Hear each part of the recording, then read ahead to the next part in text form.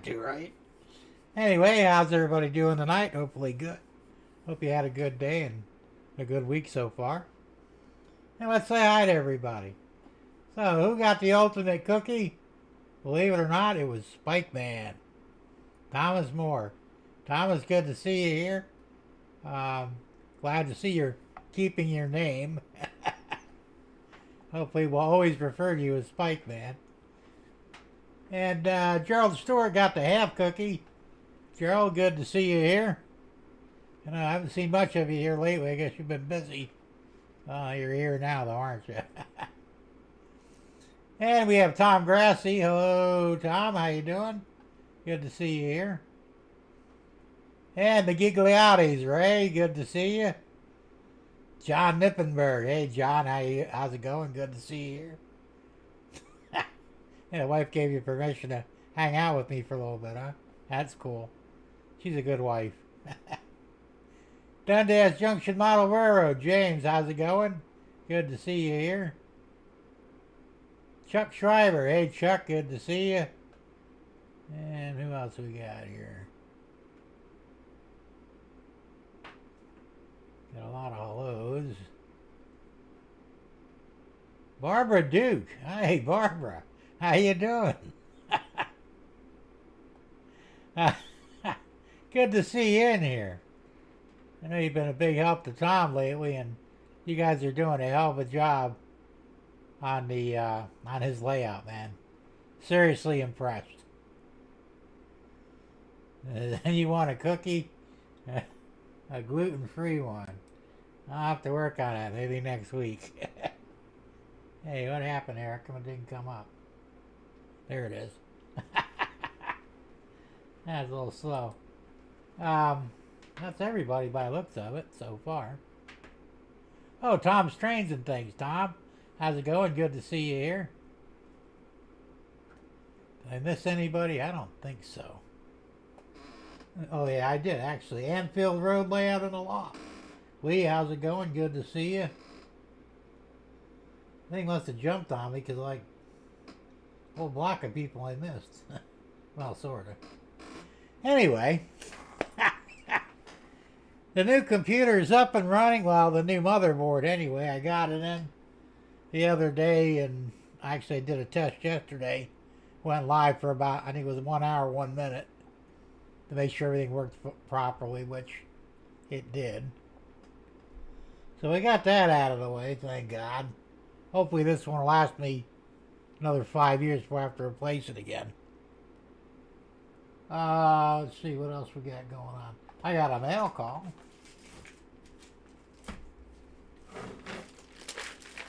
We'll open up in a few minutes. Tom says, Jim, I think I just figured out the overlay problem on my video. Well, that's cool. I wish I could have been more helpful on that, but without seeing the software in front of me, I'm pretty useless. Unless I'm familiar with the software, which I'm not. I'm glad you got it straightened out. And we have King Fox Junction. Hey, King Fox. How you doing? Good to see you here. So we got that. Let's see what else we got going on. I didn't do a whole lot in here this past week. I've been busy with so many different things that unfortunately were not train related. But the thought was there anyway. Actually, the next thing I want to do is I want to hook up the power to the DC bus line, the 12 volt. And I'm going to use a my old, let's see, where the hell is that thing? Oh.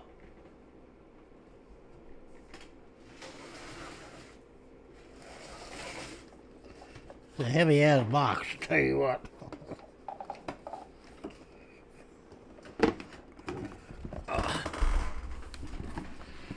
I put a new power supply in the computer.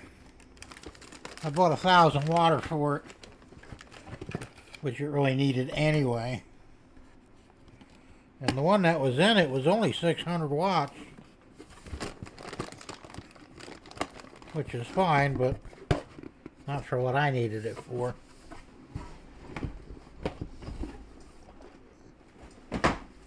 that down on the floor. So one of the rails, the voltage rails on this is bad. There's two rails in here that supply, each one supplies 12 volt, 5 volt, and I think 3.3 volt.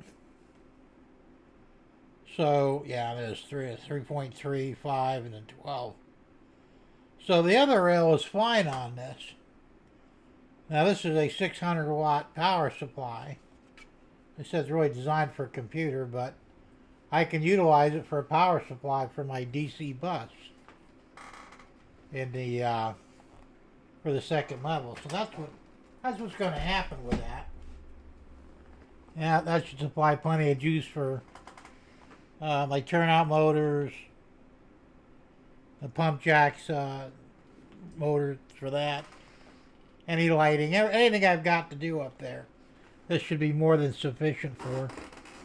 Probably overkill when you get down to it, but it'll work. So that's the next thing I want to do, is get that hooked up. Probably next week. Not really sure. It all depends. I got so many things going on, it's not funny. So then after that, I'm going to start dropping feeders.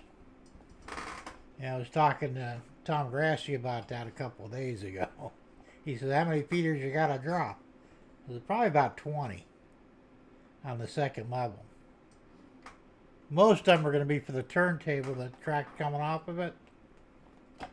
There's going to be 3 on that side, 2 in the back, and probably 3 more on this side before I get to the turntable. So I'm thinking right around 20 I'm going to have to. Of course, I have to solder the wires onto the rails. And the nice thing is the turntable, I haven't fastened it down yet, the whole board that it's on. So that whole assembly slides out. I could set it down here like probably on a table or a chair or something, and work on it with ease. You know, it'll be a lot easier to do. Of course, the good news is most of the feeders I have to drop are close to the edge of the bench work. They'll be easy. So we'll see how that all works out. So that's the plan anyway. Now whether I can institute it or not, well, we'll have to wait and see. Short of that, I don't really have anything else planned anytime soon. I can hook up the DCC bus line. I just have to tie it into the bottom here, or I could run a separate. I think I'm going to run them together. I don't see why not. But Tom Grassi had a good idea, and that was to separate the ones for the turntable. Have that on a separate circuit. So I'm going to do that. I'm going to isolate that from the rest of it. But the other bus line will be flying along with the bottom bus line on the lower level. We'll see how that works.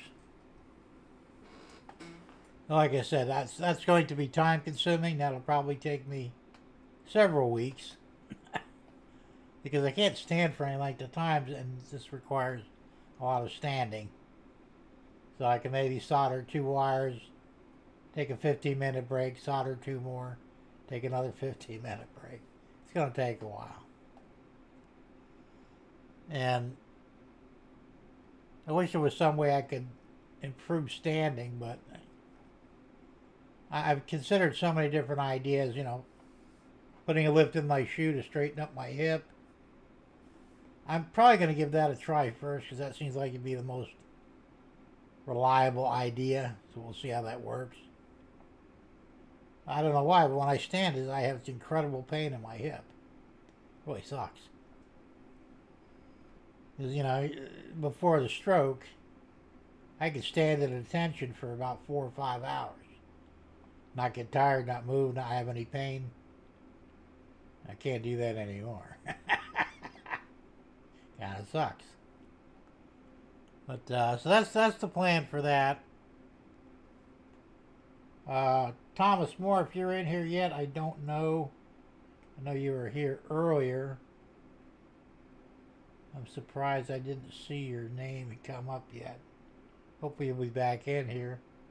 I got your stuff in the box behind me. Wherever it might be. Right there. Right by my thumb. I just gotta wrap it, pack it, and put postage on it. I'm waiting for you to send the train cars you promised me, so as soon as I get those, this will go out. And we'll just call it an even trade. Otherwise, I'm going to have to charge you for this stuff. So this will be a way to...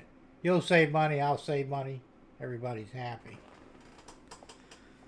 Oh, let's see what else we got going on here.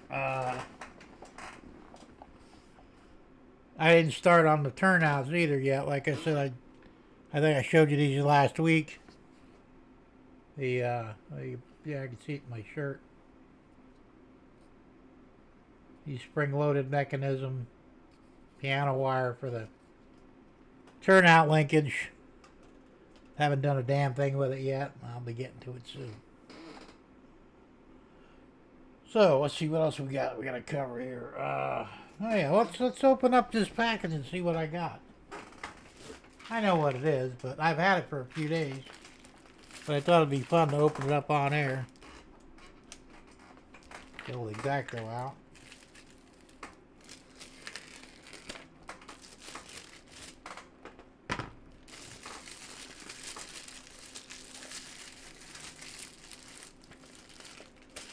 I ordered these about a week and a half ago. Turns out I didn't really need them, but they're handy to have. Of course, they wrap everything in plastic. Let me cut that open too.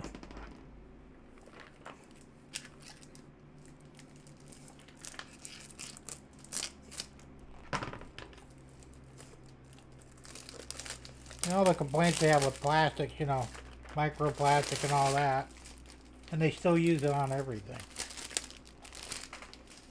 Anyway, this is what I got here. There are butt connectors of different sizes. These, well, they look pink, but they're red. Supposed to be red, blue, and yellow. 200 pieces all together. I got this on eBay. You always need butt connectors anyway. But I was also using these ones here. I forgot that I ordered a long time ago. And these are the solderless ones. Well, you heat them up and it solders the wire and then shrinks it. And they're watertight, where these are a crimp connector with the heat shrink edge. They'll do the job either way, so that's a good thing. Put that over there. Let's see what else. Alright, yeah, so this is a little off topic. What did I miss here? Hey guys, ever told you to tool hex shank nut driver?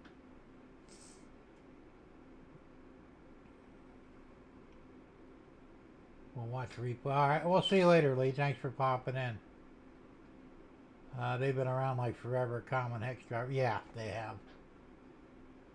I've got some here somewhere. I don't know where they're at the moment, but I have so many little micro tools for, you know, screwdrivers, hex nuts, Torx nuts, Torx bolts, whatever. I've got all that stuff. So I never have to worry. And of course, I have my micro screwdriver here. I have a Phillips bit on it now. And I also have, where did I do it? I don't have it here. I got my other driver somewhere. What the hell I did with it? Oh, there it is.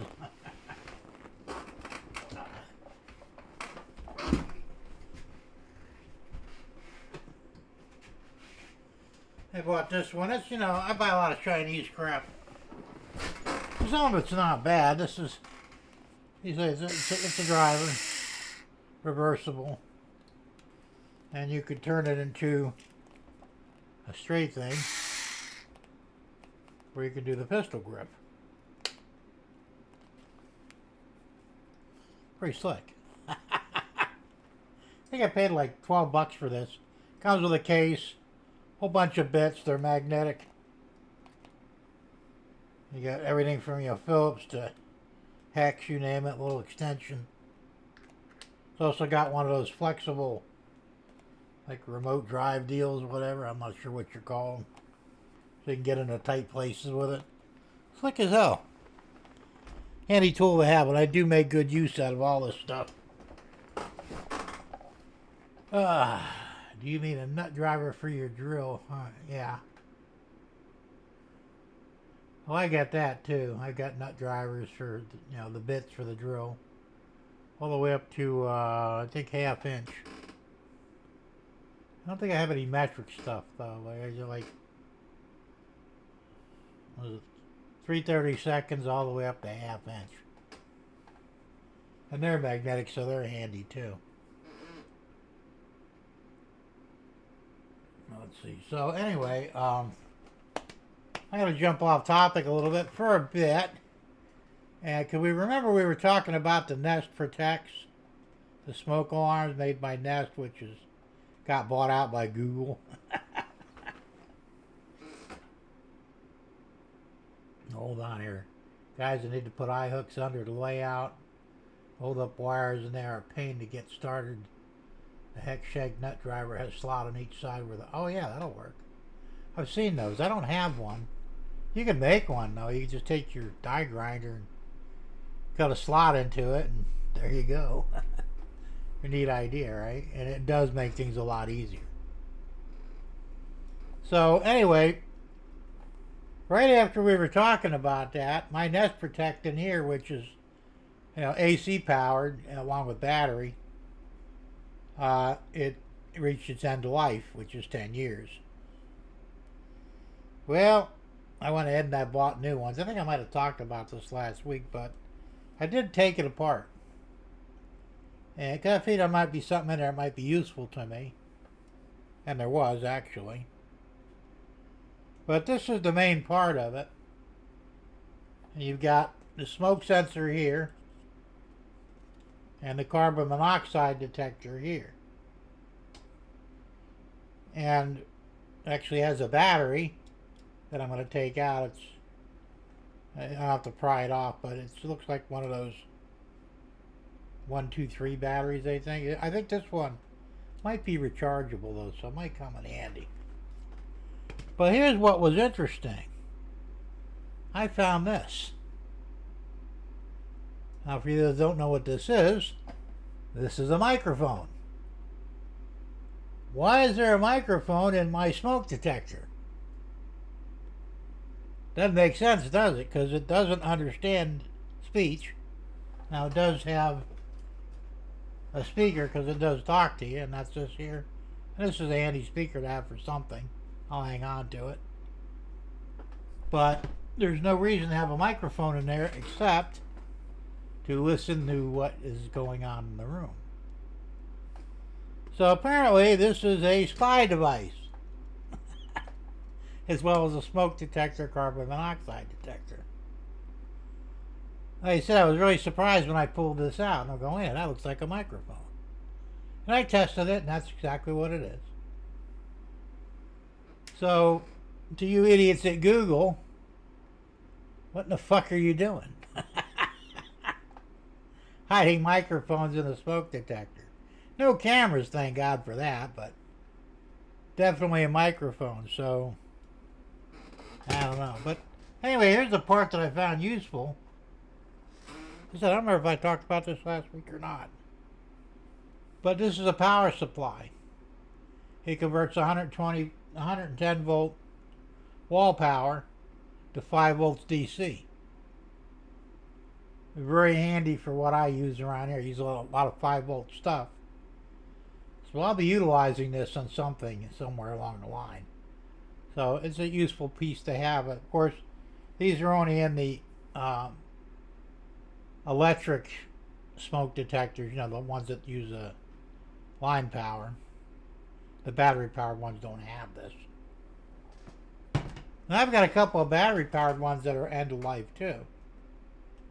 And I'm going to take those apart in the near future and see if they have microphones in them. I have one, it's very old, it's actual Nest before Google bought it. And I'm betting money it ain't going to have a mic in it. But the Google ones apparently do. So it wasn't bad enough we knew the phone spied on us, and some believe the TVs spy on us too, the smart TVs. Well, now you got to worry about smart devices like possibly thermostats, smoke detectors. It's fucking ridiculous. And it needs to stop. I thought I'd bring that to your attention just for, shits and giggles. Let's see here. Most of the bits are a wide-looking socket. Yeah, Harbor Freight's got those, the one with the slot in it. I've seen them there. I never bought one, but I don't use the hooks that much. But like I said, I would just take one and cut a slot into whatever I got, and problem solved. You do that with a socket too. If you have an old socket, a cheap one, some Chinese, Japanese socket, cut a slot in it. If it's 1/4 inch or even 3/8 will work, but boom, you got yourself a handy little tool for screwing in eyelets and such.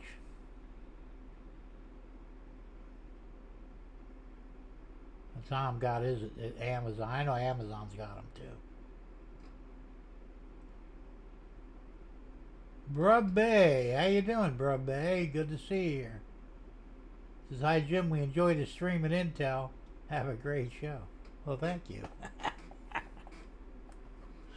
I do what I can. That's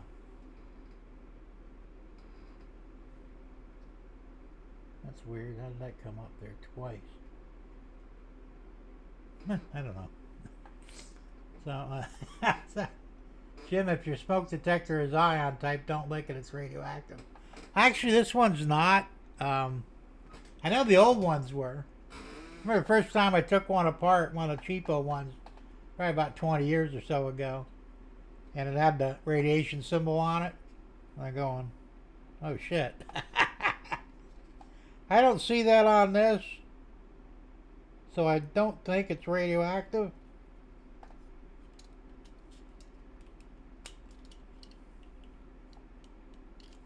I don't think there's enough in there that would hurt you anyway. Cause remember when you were kids? First of all, my grandfather gave me his. I think it was a Timex, wristwatch. It worked, but the band was broken on it. But he gave me the main unit, and they had the glow in the dark numerals on them, and sometimes some of them had the glow in the dark hands as well. Well, those were actually radioactive particles. And, it wouldn't hurt you. There wasn't enough there to do anything. But, yeah, they actually used radioactive material to get them to glow in the dark. Pretty funny stuff. Hey, Raymond Anthony, 127, just got here. Good deal. Good to see you here. So, just weird stuff that goes on, I guess. But and by today's standards, that would be nothing compared to the shit they put in the food and everything else. That's probably slowly killing us anyway. But who knows? Yeah, I'm pretty much on a meat diet now. What do they call it? I can't remember what it's called now, but basically I only eat meat, pretty much. Fluorescent balls. Now, what are fluorescent balls? Well, the fluorescent tubes supposedly had mercury in them. Now, we didn't go around licking them or doing anything like that, but nowadays if you break one, by law you're supposed to call a hazmat cleanup team to come in and get it. Who the fuck's gonna do that? But back in the day, we used to just throw them in a dumpster, they bust, and no big deal, Hey, Derek Alexander. How you doing, Derek? Good to see you here. I know, is Spike Man in here? He was here earlier, but I haven't heard from him since. Spike Man, if you're on here, say something. Yeah, Tom.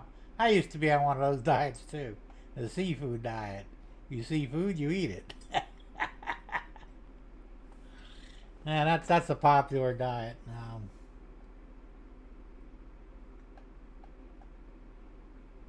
Huh.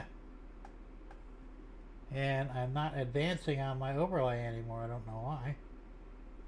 I don't know what goes wrong with some of these things. Why they don't always work. It was working fine up until now, right? I don't care. If you don't see any overlay up there, that's why. Colonel Cottonbell, Jason, how's it going, man? Good to see you. Just popping in to say hi, starting demo on our bathroom, and taking a 5-minute break. Well, good luck with the demo, man. I need to do that in my master bath. I want to rip the tub out and put a his and her shower in. I don't see that happening anytime soon, but that's ultimately what I want to do. It's a massive area. The tub is big enough you could probably fit 4 people in it. It's one of those, designer tubs. Thing's huge. I can't get in it because I'd bust my ass. Probably couldn't get out of it anyway. So I figured I'd just, rip it out and put a his and her shower in there. That'd be cool, right?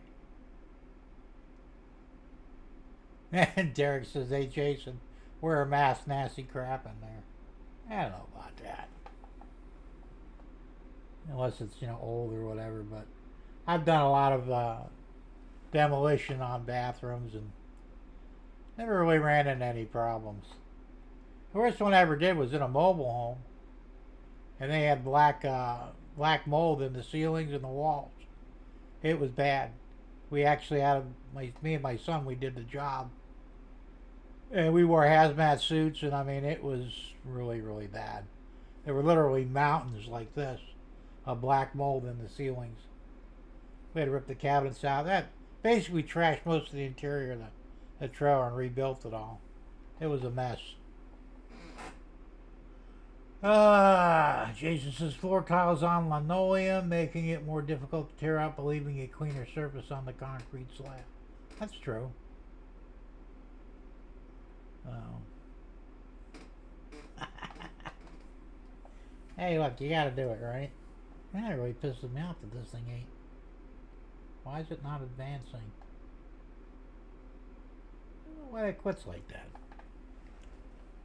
No, as I said, I have 2 chat screens. I have the main one here that I could do the overlays on. And then I have the top chat over here on the big monitor. So it always works. I don't have to worry about it, but I can't do overlays with it. This stupid shit, I'll tell you what. I can't make something that actually works 100% of the time. Yeah, what are you gonna do? So, what else are we doing here? That covered all the important shit, believe it or not. Oh, now, Gerald Stewart, he sent me an email earlier. I think it was earlier today, or maybe it was yesterday. I don't remember which, but they're advertising a new locomotive. And let me bring this up real quick. I don't know if I can get it up on the screen. I might be able to. Let me see if I can find it first. Bear with me just a minute. Where did it go? This is really cool. Come on.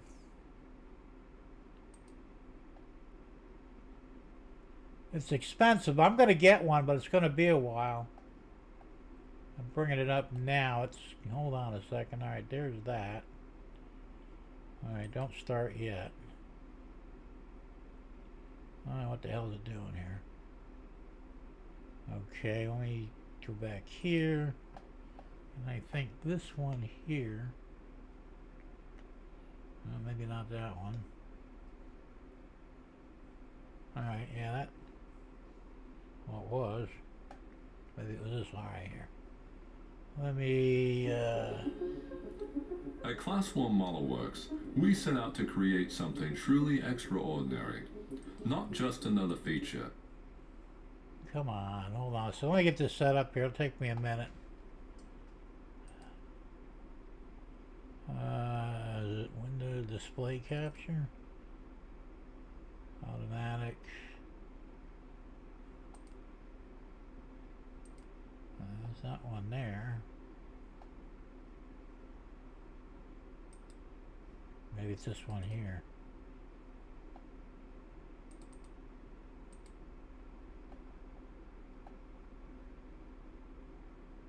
This one here. There we go. Okay. Let me resize that real quick.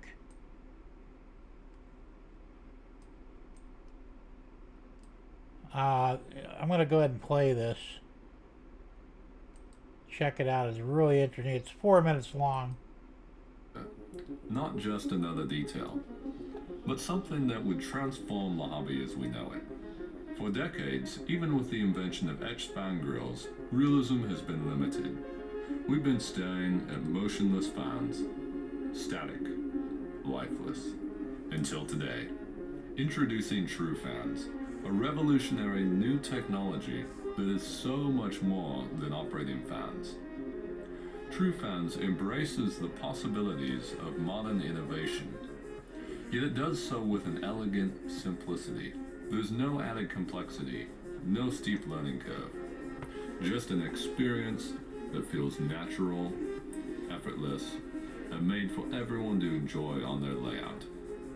To debut this new technology, we chose the EMD GP40, an icon and the perfect platform to showcase what True Fans can achieve. We spent years reimagining every detail, designing an entirely new locomotive from the ground up. By lowering the driveline, we created the space to integrate the fan motors seamlessly. Each fan is powered by its own motor and a custom-designed gearbox. This allows the fans to spin up gradually with prototypical accuracy, moving not just realistically, but beautifully. At the heart of it all is a dedicated microprocessor, a system we engineered specifically for True Fans, ensuring precision, consistency, and control. And for the first time ever, we've included current keepers installed from the factory, delivering reliable, uninterrupted performance straight out of the box. But we didn't stop there. We're introducing open hood doors, revealing intricate interior details, from the prime mover to the fire extinguisher. Subtle elements that bring your locomotive to life in ways never before possible. And beneath it all, the trucks. Super detailed Blomberg trucks, engineered with an uncompromising attention to detail, down to both halves of each leaf spring and spring plank. Every element crafted with precision down to the smallest detail. But the true innovation of True Fans isn't just how they're built, it's how they behave. The remarkable thing about True Fans is that they are entirely automated. Just like the prototype, their movement responds seamlessly to operating conditions. At idle, one fan cycles gently on and off, while another drifts backwards effortlessly, as if it was moved by the air itself. As power increases, the second fan begins to spin up, precisely when you'd expect it. Push the locomotive harder, and the third fan comes to life. As we ease back, you'll notice something subtle but extraordinary. Each fan slows gradually, naturally, one by one, with a smoothness and inertia that feels entirely real. Activate the dynamic braking, and all fans engage together, a breathtaking display to behold. True Fans don't just simulate operation, they capture its essence. You're probably wondering, what does all this cost? An entirely new driveline, 4 precision fan motors, custom gearboxes, a dedicated microprocessor, and detailed interiors revealed behind open hood doors? It will be easy to assume this locomotive costs well over $1,000. In fact, that was our first assumption too. With a Class 1 Model Works, we believe this technology should be within reach for every modeler. That's why we're introducing TrueFans, starting at just $399, a fraction of what it would cost to build yourself. And for a limited time, all pre-orders receive an additional 10% off, making this locomotive not only revolutionary, but an extraordinary value.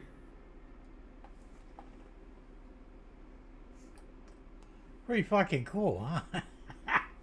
I wasn't aware they made them before. This is a new company, I guess, and it's a ground up rebuild. So I'm gonna try. I want to buy one. $400 is a lot of money, but if I wait till probably February or March, I could do it. Hey, Trainman 1, Mickey, how's it going? Good to see you here. And Joe Rader, Black Rock Central Railroad. Joe, good to see you here too. So anyway, I mean, I don't know what you guys think about it. It's really cool, and I mean, if you're a stickler for detail, and I'm kind of one, I mean, I'm working on it anyway, this might be the way to go. James says Aurora Trains has already done this. Okay. I'm not familiar with that. I'll look into that as well. Is the price range within the same range, or are they more expensive, less expensive? You know. I'm surprised that Scale Trains hasn't done that. They're kind of a leader in a lot of that stuff, and you know, nothing. Matter of fact, I said the more I look at their trains, I'm thinking they're not that good. I got a bunch of them here that I'm going to have to do some serious maintenance on, and it won't be easy. Well, James says less money. I'm going to check those out. Aurora Trains. Let me write that down or I'll forget it. If I can find my damn pen. And my pad. My desk is a mess again as usual, which of course is not unusual. Aurora Miniatures. Derek said that they didn't have individual motor fans that went on as speed increases.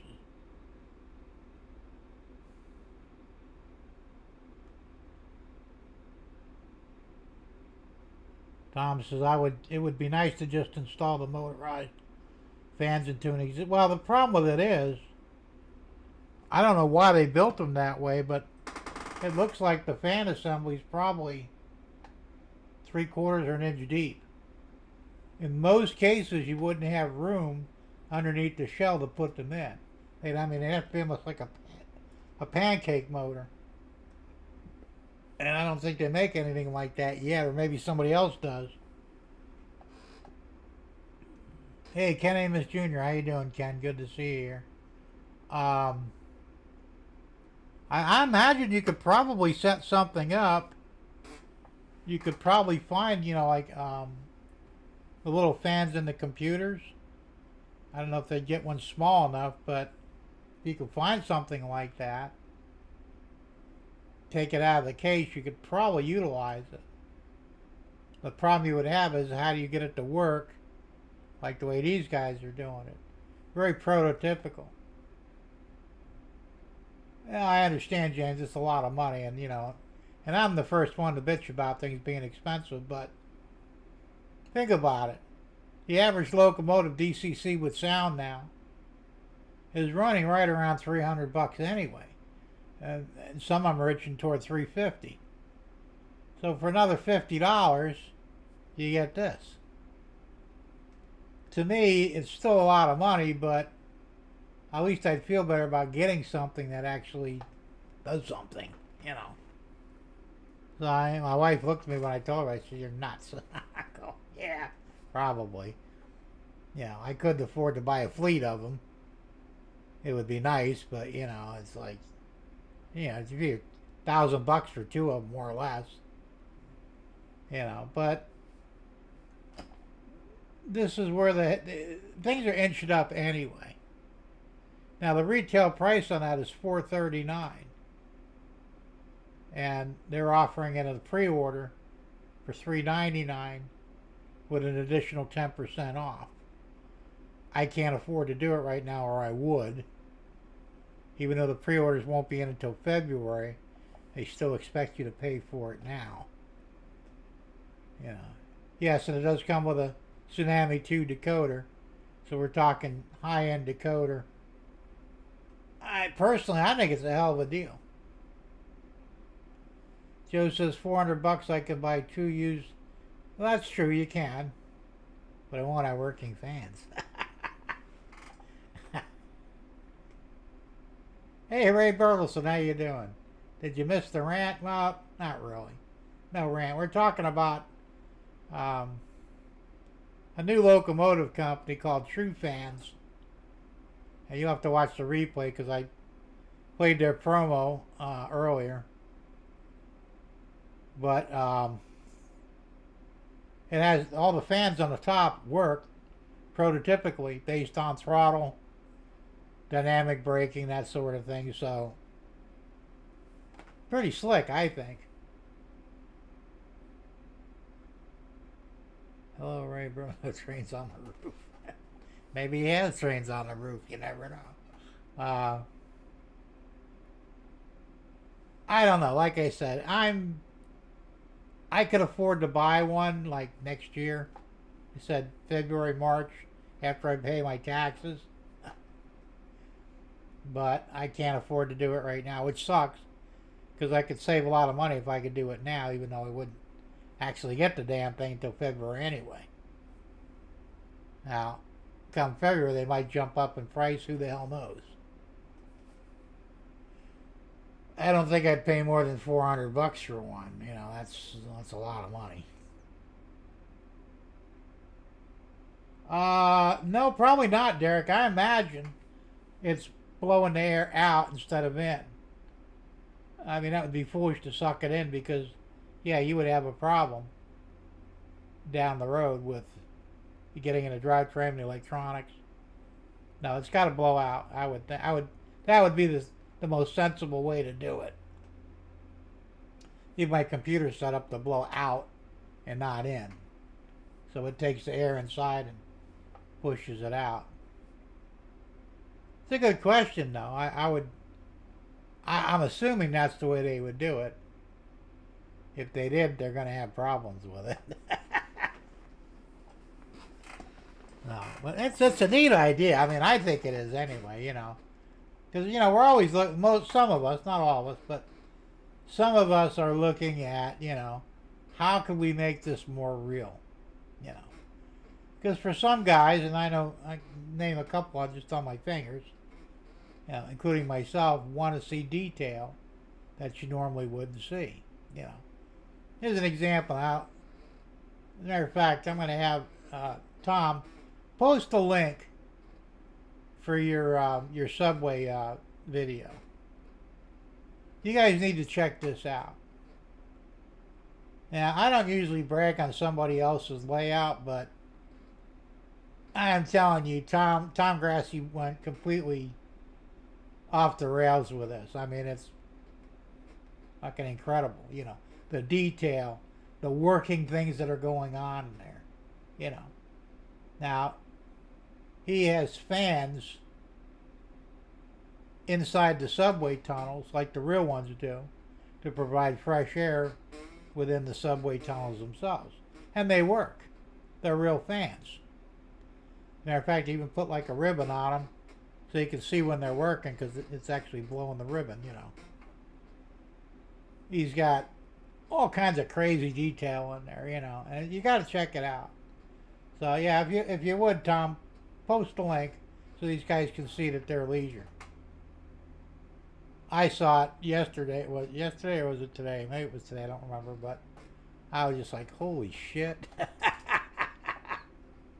I mean, and that goes beyond some of the things I would do. Obviously, I need to think a little harder about some of the, Tom pays attention to detail. I don't pay enough attention. I need to pay more attention, but Derek says, James says, Derek, I think they would. My days of fixing exhaust fan. Well, exactly. Gerald said to look prototypical, the fans would need to blow out. Yeah, that would just make sense. Then they draw air from the inside, still dirt in the air. No, not really though, because it would actually act as a cooling factor for the decoder board. Maybe. Inside the loco, because you would actually get ventilation in there, which right now you don't have.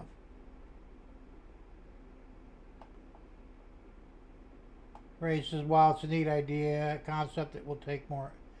Possibly. I don't know. I'm not 100% sure on that. It's very possible, though. No, I don't think it would, Derek, because it's a sealed unit. I mean, it's sort of sealed. So I'm thinking it might even not even, blow that much air out anyway, except to actually cool itself out. And that may be how they get the motors for longevity, as the fans act as a cooling unit on the bearing surface of the fan and the motor itself.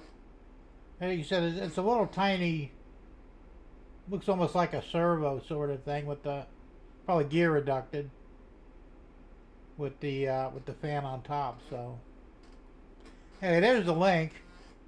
Tom put it up there. Well, you guys need to check this out. Seriously incredible, man. That's what I'm saying. I mean, that's kind of what I want. I mean, I don't want to do it with the Subway because I don't have place Subway, but for other things, I want to have that level of detail. I know not everybody's into that. Some guys just like watching the trains go and, doing switching and all that sort of thing. But some of y'all out there really get into, like Dave Thurber, Crooked Dave, he is heavy into detail. And once again, his layout is incredible because of the detail he puts down on all his scenes. That's what I want to do. And I will be doing it once I get all this other horse shit out of the way. But, so yeah, if you're into that sort of thing, this true fan thing, that might be the way to go. Yeah, it's expensive, but come on, guys. What in the fuck in this hobby isn't expensive? Like I said, with your average locomotive prices for diesels, some of them are pushing $350 now as it is. And, what are you getting for that? Not really a whole lot. I mean, not really. And if you got a steamer, well, steamers are running anywhere from, 500 up to 800 or 900, depending upon how complex they are. So,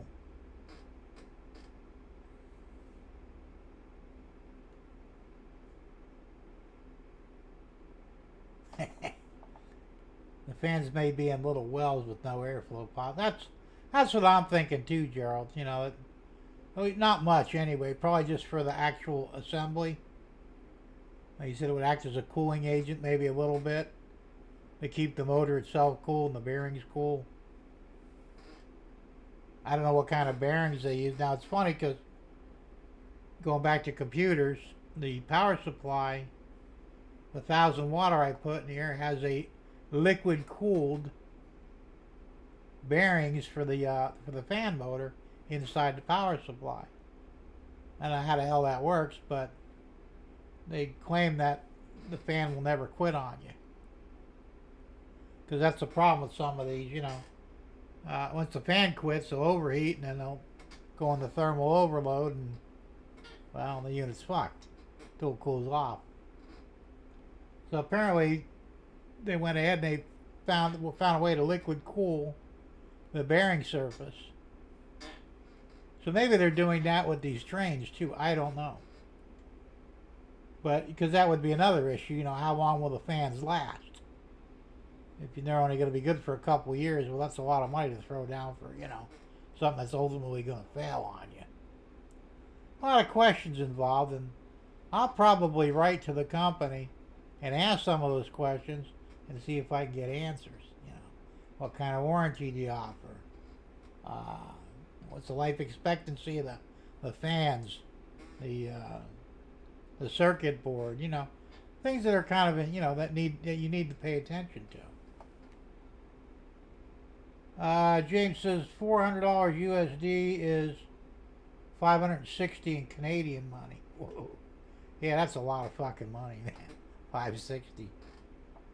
What you'd have to do is you'd have to buy it here and have somebody, bring it across the border for you. Save money. And you'd have to use American dollars, Still, I mean, I think it's a great idea myself. I mean, I never thought about it, I've seen, realistic, separately put in fans, that look cool, but like I said, they're static. They don't do anything. Hey, Crooked River and Eastern. Dave, how's it going? Good to see you here. So with the discount, it's $360 to pre-order. Scale Train's new pre-order rivet counter locos are now $325. That's what I'm saying. That's not a bad price. So for, $30 more, you're getting something with real fans in it and highly detailed. It said they got opening doors on the fireman's side, I believe it is, to reveal something or another. I read it, I don't remember it. It looks like a nice logo. It's got all the good stuff that, I mean, I know. Go to the site. It's fuck, I can't remember what it is now, but go to the site and check it out. And they got details on everything that's involved in it. Prototypical all the way. I was looking at the BNSF SD40-2. And it's got all the things that you would normally have. All the things that Scale Trains includes, and then some. So I'm gonna take a chance. I'm gonna buy one, but if it's a piece of shit, trust me, I'll let you know. But I have a feeling it's not going to be. Now we'll see how that works. That's all right, Dave. I know you're getting ready to go to England. Hey man, be careful when you get over there. Don't speak out anything political because they'll lock you up. Seriously, just leave politics back here, man. Yeah, because they're getting crazy over there. But other than that, you should have fun. You should have a good time.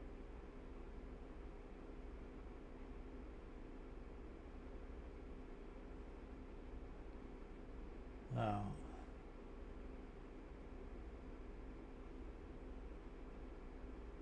That's true, Joe. And that's absolutely the problem, You don't really know until you get it and actually, run the test of time on it. And you just never know what the hell's worth the shit anymore and what isn't. I mean, I would probably ask, when I said I'm going to talk to them, I'll send them an email or, I'd like to send them an email or even talk to them on the phone and, try and get some details on it. Because, my biggest problem with, Scale Trains, I've talked about this before, is the trucks. They're not really serviceable. And they should be. Now, Athearn, Atlas, Bachmann, all your new usual brands, they're very serviceable. A couple of screws. You can pull the bottom plate off the trucks. You can replace the gears, relube them, clean them, do whatever you need to do. You can't do that on Scale Trains. It's a two-piece unit, but it splits on the side.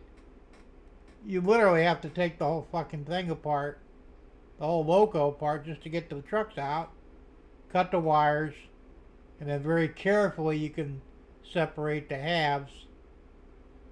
It's a pain in the ass. Where, just take a couple of screws out, boom, you're ready to rock and roll. All right, there's Gerald put up the link for that. Thanks, Gerald. Check it out. I think it's a great thing. I don't have one, so I can't really absolutely say for sure. You know. And Dave says, yeah, I've seen the videos on their lack of speed. Yeah, you got to be careful because they'll lock your ass up. So, you know, don't talk politics over there. Probably don't talk about guns or anything. Just keep it real simple. Well, your daughter's what? She's attending university over there? Is that what it is? Um, she'll be able to clue you in on a lot of stuff, too. So, yeah, it's, I don't know, but I thought it was cool. I mean, you know, just, Gerald, thanks for sending me that link, because I said, what the hell is that? And I said, oh, shit, I got to get one of those. I wish it was a little cheaper, but hey, you know. Dave says, yeah, Jim, you have to be real careful taking off the side frames of the trucks. Oh, yeah, you'll break the clips. That's, once again, it's not really serviceable. Not in the way that it should be. I said, you take an Athearn or an Atlas or even a Bachmann, there's one or two screws on the bottom. You pull them screws out, the plate drops off the bottom of the truck. There's your gears. And you can lube it, clean it, replace gears, whatever you got to do. Like I said, when I fried that one on my SD45, was it the SD? No, that was a big one. I can't remember what it is now. But when I fried the truck on it, you know, I even when after I fried it, it was a pain in the ass to get it apart. I said, this is bullshit. So I found a set of trucks for Athearn that I could adapt on the scale trains. Just a little minor modification and the work. I just haven't had the chance to buy them yet at $50 for a pair of them. Or, yeah, $50 for a pair, I think. Maybe it was a piece, I don't remember. But anyway, I need to get them and put them in there and get that loco running again. Start a GoFundMe page for Dave's Bed. There you go. And Mickey says, yeah, you just got to have what you got to have. Well, that's true. You know. Dave says, my daughter took a job as a nurse at the Cleveland Clinic in London. Okay, that's cool. I wasn't sure what she was doing there, but... Hey, Floyd Robbins. How you doing, Floyd? Good to see you. Don says, Jim, speaking of detail, Barbara painted my first propane worker today. I just added him to the truck delivering propane to a building with hose from the... Oh, yeah, I got to see that, man. I'm going to have to get that file off you because, you know, I got propane trucks here in a propane distribution center, which I haven't set up yet, but I will. And, yeah, that would be nice to... Because I need to put a propane tank behind the house that I have on the way at my house. Because I have a propane tank for real behind the house. And, you know, every 3 months they come deliver propane, so... It'd be cool if I could duplicate that, right? But, yeah, that's neat though. I like that. Well, Barbara, I know you're probably a really excellent painter. Most women are. My ex-wife was good at that stuff. She would, cause I was doing a lot of model cars at the time, and she would paint the numbers on the dashboards for the speedometer. And I mean, they were like perfect. I don't know how the fuck you even see them things, let alone paint the actual, you know, the numbers and the lines on the speedometer. That was her job. She would do that for me. I couldn't do it, you know. And I was really impressed with that. So yeah, women seem to have a propensity to do those tiny things. So good that you got a good woman to do that stuff for you, Tom. Let's see, and I still don't. This thing is still locked up. I don't know why. It stopped way back. When you said, Tom, Jim, I think I just figured out the overlay problem on the video. That's when it stopped over here, and I don't know why it did it.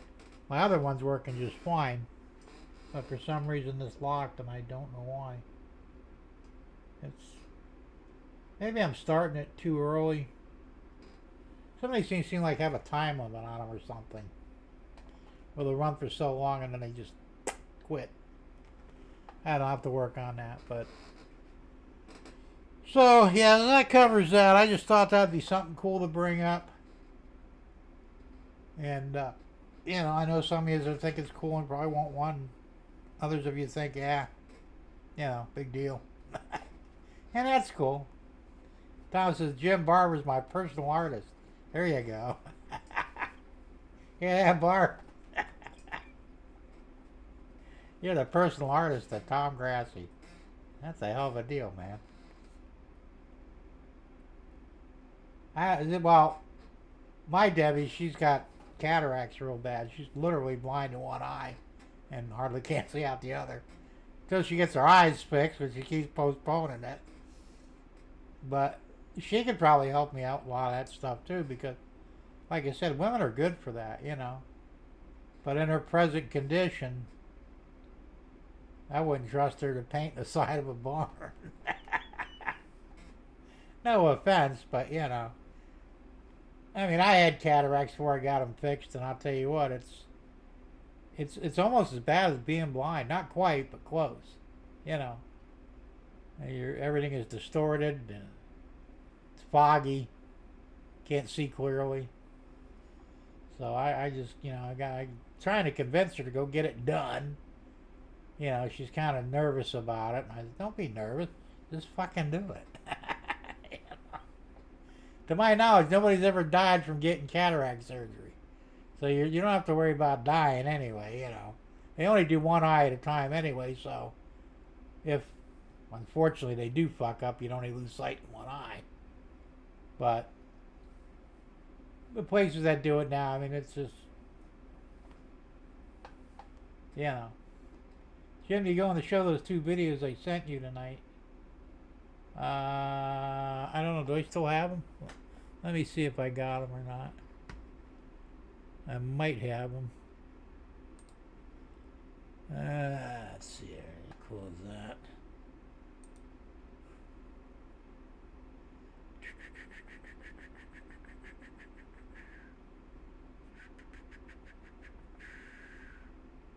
Nope, apparently I do not. I must have deleted them. I didn't plan on deleting them, but I guess I did. Yeah, sorry about that. I can dig them out. I can't do it right now, but I can dig them out of the trash. Possibly. Let me see here. Maybe I can't do it right now. Oh, no, I can't either. That's not good. It covers 28 items in there. There it is. Let's see. Oh yeah, here's the one.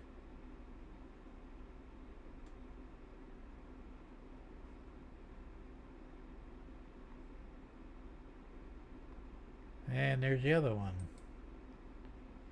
Alright, let me restore them. Okay, go back to the inbox. Don't mind me, I'm talking. Alright,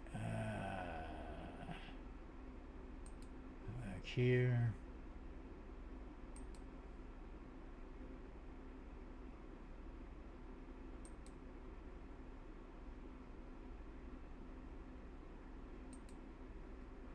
This guy put a train horn on his car and it saved him from multiple idiots who cut him off.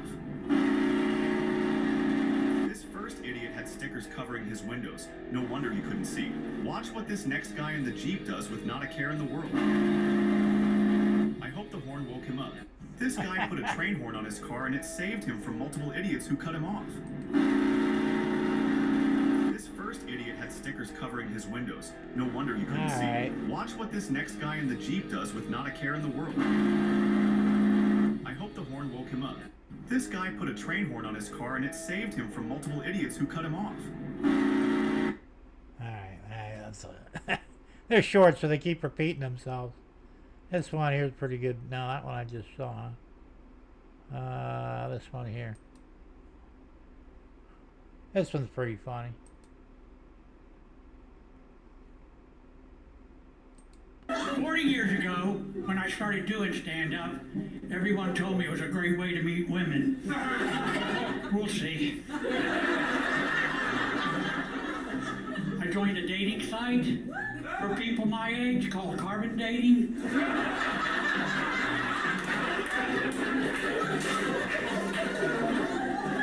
I asked a woman on the site for her number. She told me it was 140/95. The great thing about dating a woman my own age, I don't worry about meeting her parents.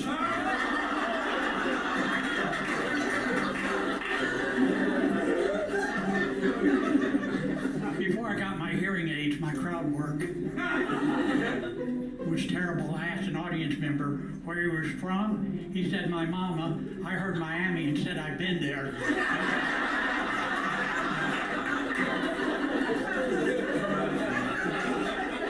Recently, my Uber driver was from Egypt, and when I got into his car, he was talking over a phone in Arabic, only I didn't see any device, so I thought he was talking to me, using syllables I didn't recognize. And I thought, so, this is what a stroke is like.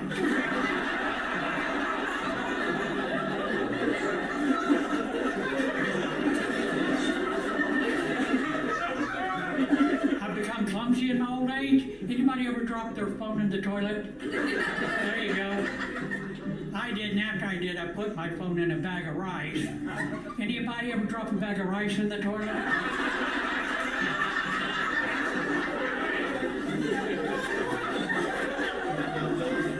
40 years ago. Let's see, get back over here. Pretty funny, huh? Hey, Willow Creek Industrial Spur. How you doing, Willow? Good to see you. You guys see those all right? Hear them all right? They are pretty funny. So, what the hell? What else we have to talk about? Ah, damn it! I have no clue. I'm looking around at things to jog my memory, right? Not gonna work, probably.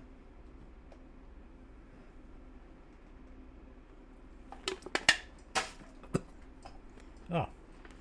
So, yeah, I've also been having problems with the cameras. I talked about this. Maybe it was earlier. I don't remember. Yeah, I don't remember. I'll tell you what. My memory's going to shit. But I'm having issues with the cameras. I've got some cameras are working. This is the main one. This is the panoramic camera over here. It's on my side. You can see the whole layout, sort of. This one does not work. This is the east cam. It's working. The doodle cam doesn't work, but the west cam does. So I've got a couple of cams that aren't working. I think, well, Tom Grassi thought it might be in OBS, and that could well be. Because if I unplug some of the other ones and plug those in, then all of a sudden it works. It's almost like OBS can't handle more than 2 or 3 cameras. Hey, Georgia Sunbelt, Anthony, how you doing? Good to see you here. Another late work night. Oh, that sucks. But hey, you're here. So, I don't know what's going on. Like I said, I was saying, I'm either going to go to HDMI cameras or the PoE Ethernet cameras. Not sure which yet. They're both expensive. And I won't be able to do it anytime soon, but I'm going to have to do something, because even when I get my trains running again, you won't be able to see anything because I don't have the cameras to show all 4 views like I used to. Which sucks. So I got to get something going. I'm also thinking about getting a PTZ camera to put on the ceiling that'll rotate, and maybe you can see the trains that way, and maybe get it just to follow the train around. Or I could even manually follow the train around with that. But I'm going to have to work out some different things here, because the system I've been using is not working. And no matter what, I've got powered USB hubs, it doesn't make a difference. I put a gaming motherboard in the computer, so it's supposed to be able to handle the extra stuff I would throw in it. So I don't know what the hell's going on, but it's just not working, so I'll get it figured out eventually. Except for a while there, everything was working perfectly, and then all of a sudden, it wasn't. And that's the weird thing about computers, even the layouts. Now, Tom Grass will tell you this. He'll get everything working perfectly, and then, one day he'll fire up everything, and then there's a flaw somewhere, a fault. No reason for it, but it just happens.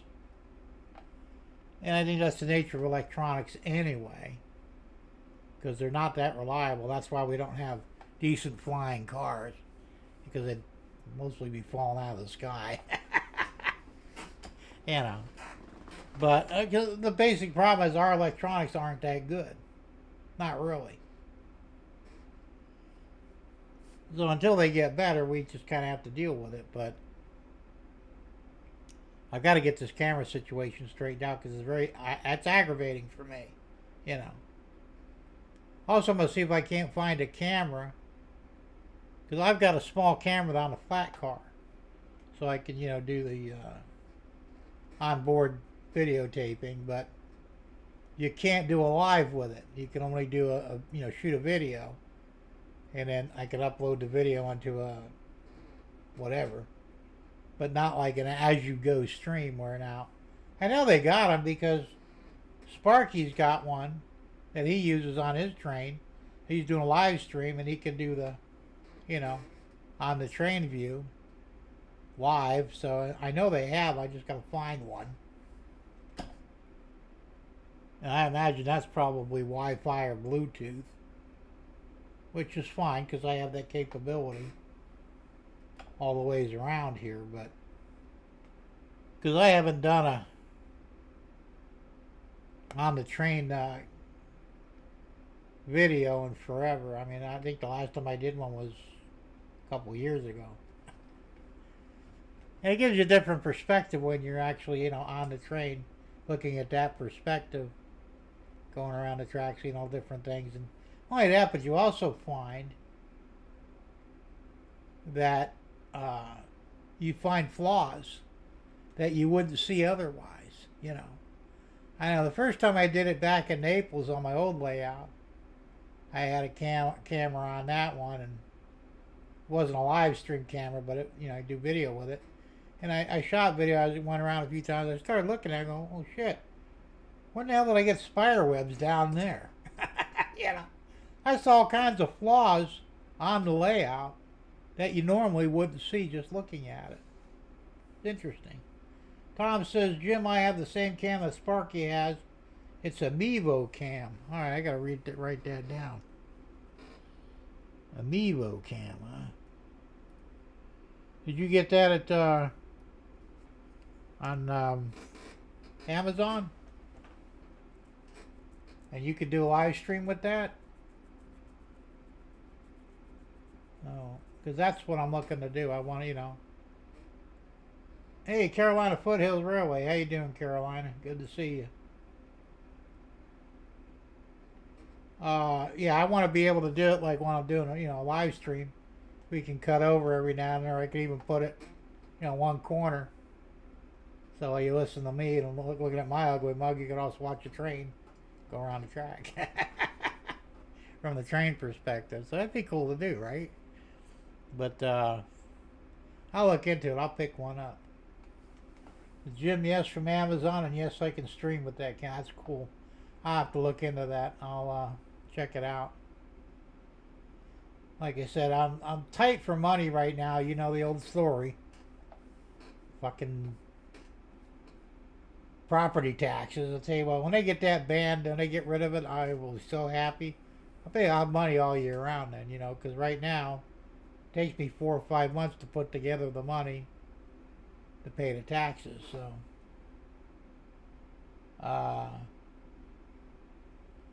but yeah, I got to get this camera situation straightened out because I'm not happy at all, I also got to get my trains running. Like I said, I've got one track is basically ready to go, one of the mains. The other one there's still a problem on. It could be a cleaning issue, it could be something else. So I've got to dive into it and find out. I'm a little overwhelmed, I guess, in some ways. I hate to say that because that's really not me, but I've got a hell of a mess here. You know, I need to take a look around here. This is, you can't see a whole lot, but there's stuff everywhere. You know, I still got plastic drop cloth on that end. I got to take that up. I got cans of paint out. I got glue out. I got stuff scattered all over the place. I need to really sit down and clean it up. And I haven't really had the time to do it, but I need to make the time to do it because, you know, I don't work well in a messy situation. That seems to be where I'm at. Hey, Stu Structures, how you doing?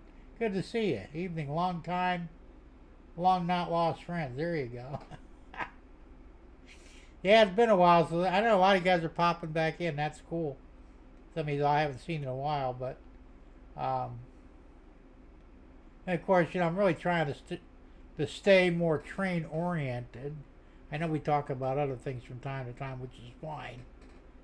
But you know, I know some of you guys are, when are you going to talk about trains? You know, it's a good point. So you know, like I said, I'd have more to talk about if I'd actually get something done. I'm working on it. It's slow, but it's, you know, it's coming along, sort of. Let me grab a soda here real quick.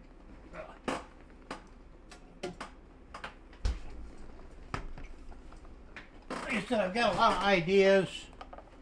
I've got most of the stuff I need to get some of the things done.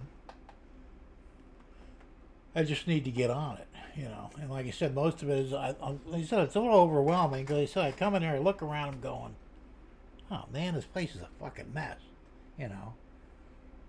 And I don't do messes real well, you know. I'm really a very organized individual, but you wouldn't know it by looking in here right now. Yeah, even my desk, my work area, it's a mess. You know. So I just need to buckle down and get it all straightened out, and maybe I can get something done, you know. I've got a lot of projects that, you know, I started and really haven't finished, and I need to get cracking on. Like I said, I've got an ST40 behind me up on the shelf. I don't know if you can see it or not. Yeah, not too easily. I put a Tsunami 2 decoder in it. The motor end is working, but I haven't hooked up the lights yet. So I got to put in resistors, and because I didn't use a buddy board. I didn't know about it at the time. But I got to put in the resistors, which I have, and just, you know, hook up the lights to it and button it up, and it's ready to rock and roll. It's been sitting up there for over a year. You know, and that's the problem. I said I'm screwing around too much. I'm not getting anything accomplished.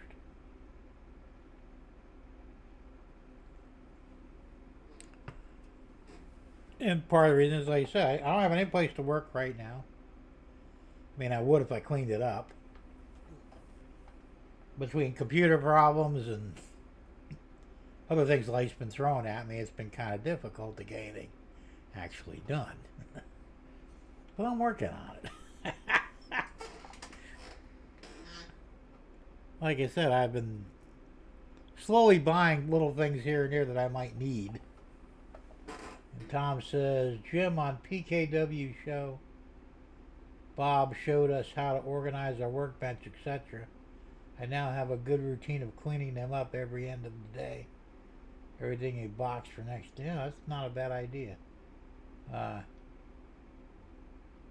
PKW show, Bob. You have a link for that? I'll check it out.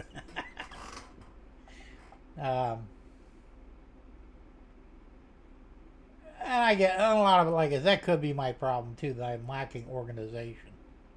You know, and it's not that hard. Like I said, maybe it's just lack of foresight when, you know. Stu says, I when I'm building, I try to clean up my desk after each, and that's what I should be doing. And I used to do that some time back. PKW's on Sidetrack Sunday. Okay, I'll check that out. But you're right. I mean, there's no doubt about it. You know, I'm not cleaning up after myself.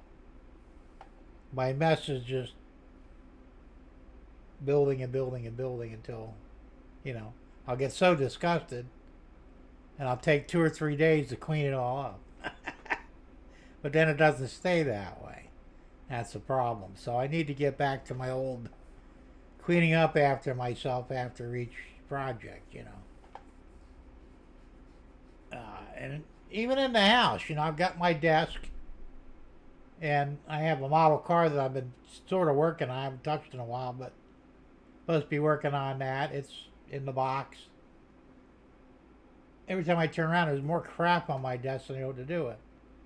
Problem is, I'm not putting it there.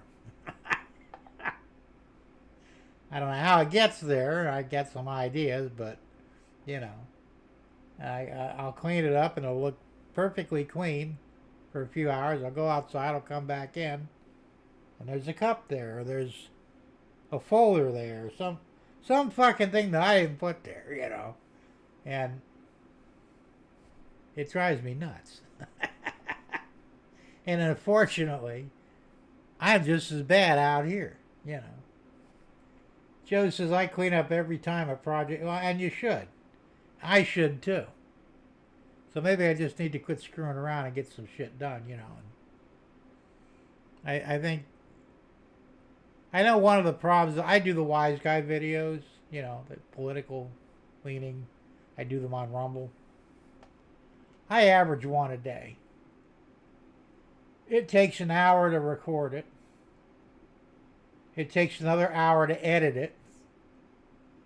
And then sometimes an hour, hour and a half to upload it to Rumble, and then set up my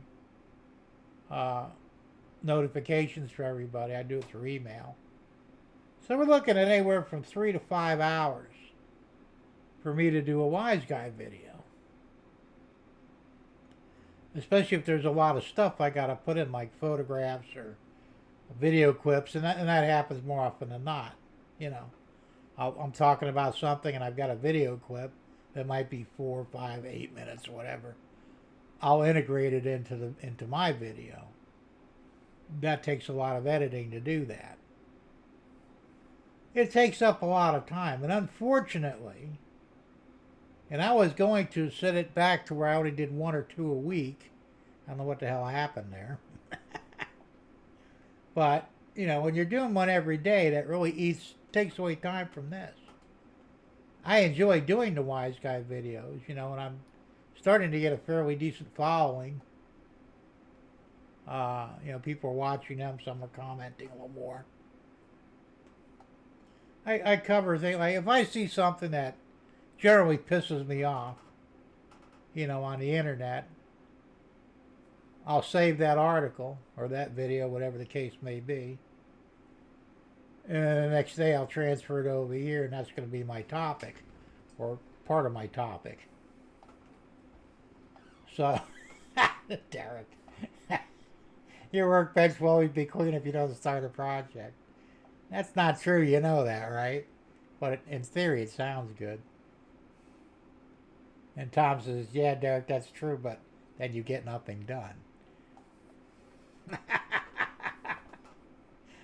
I resemble that remark a lot. So, what I really need to do is, and you know,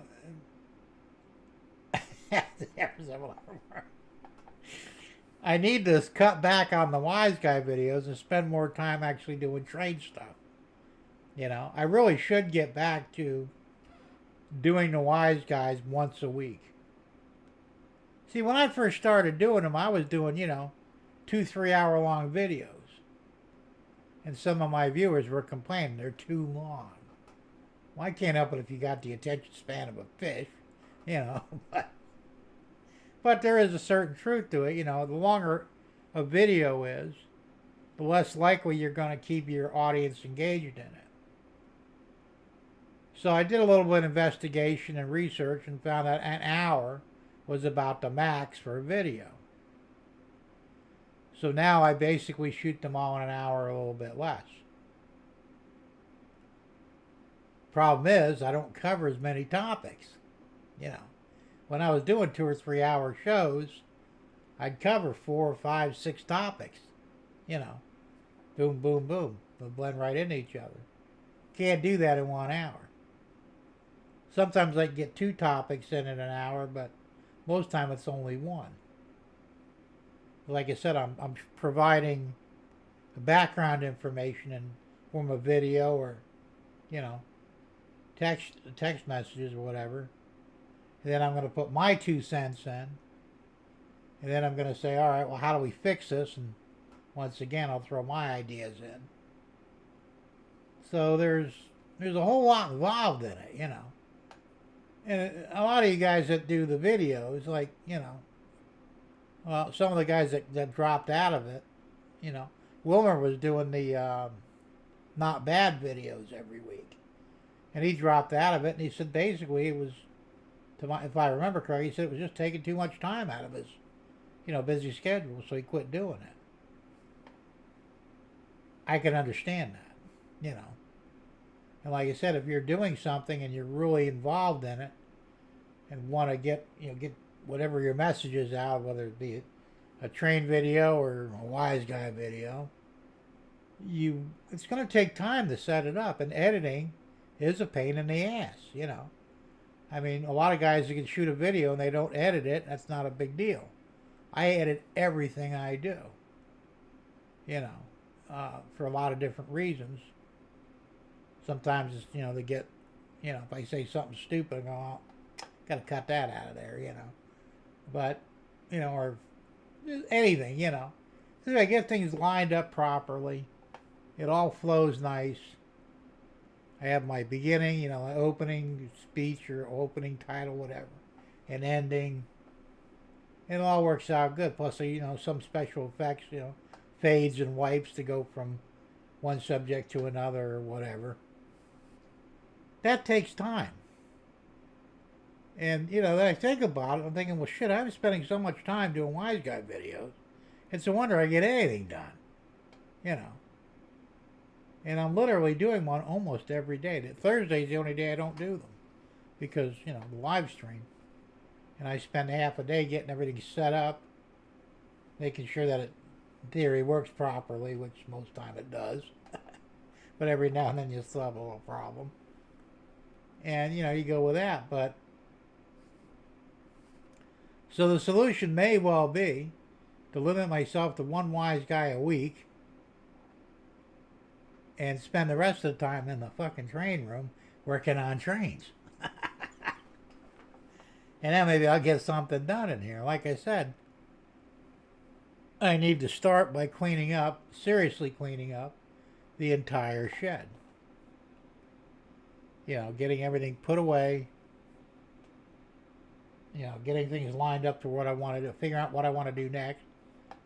Get set up for that. And once that's done, I said clean it up, move on to the next project. So a lot of this, I'm sure, falls back on me. Like I said, I'm not doing what I should be doing. But hey, you know, I'm old. Cut me some slack.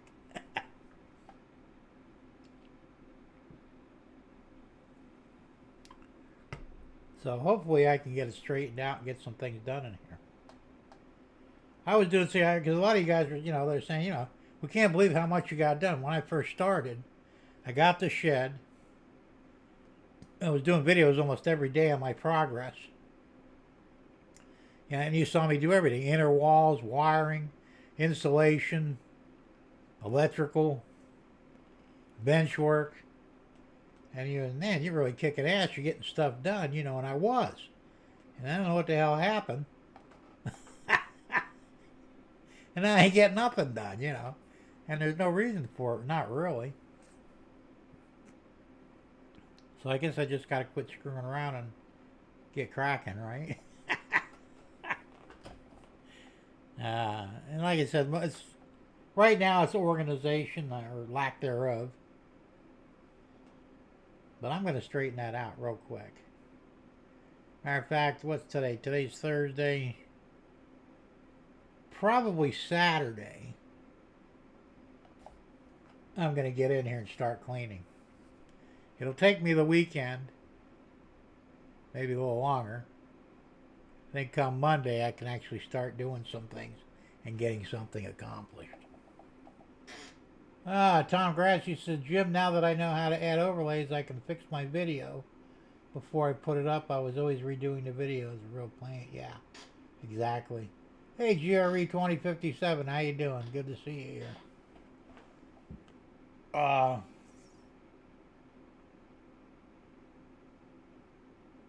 Like I said, my overlays on videos are a piece of cake. I have no problem, but doing the overlay on it, like, see, I can click on this, and it should bring it up. See, I can bring up the overlay. The problem is, this is the last message I got. You know, in the chat. Now, the chat is a lot. It just locked up. I'm not going anywhere. I don't know why. I can go back to the beginning, and then there's like maybe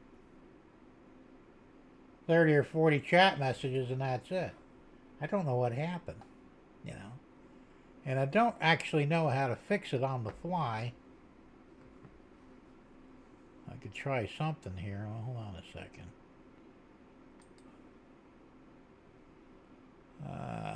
Social string dashboard.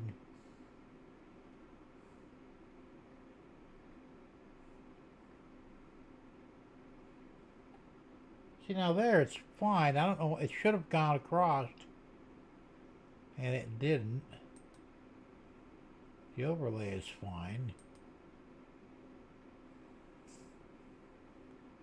What would happen if I did that? Would it probably blow everything out of there?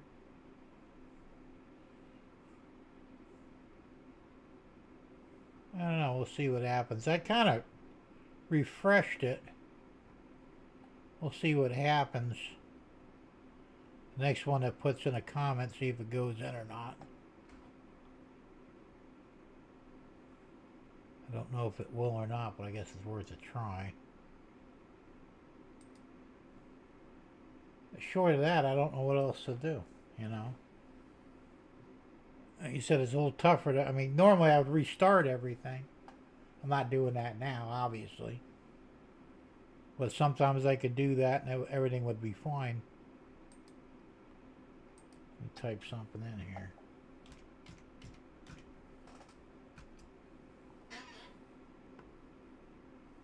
That went into there, but it didn't go in over here. I don't know why. It's weird. Yeah, it's the way it is. It's the way it goes. I'm not going to worry about it. So there won't be any overlays for the rest of the evening. Now you know why.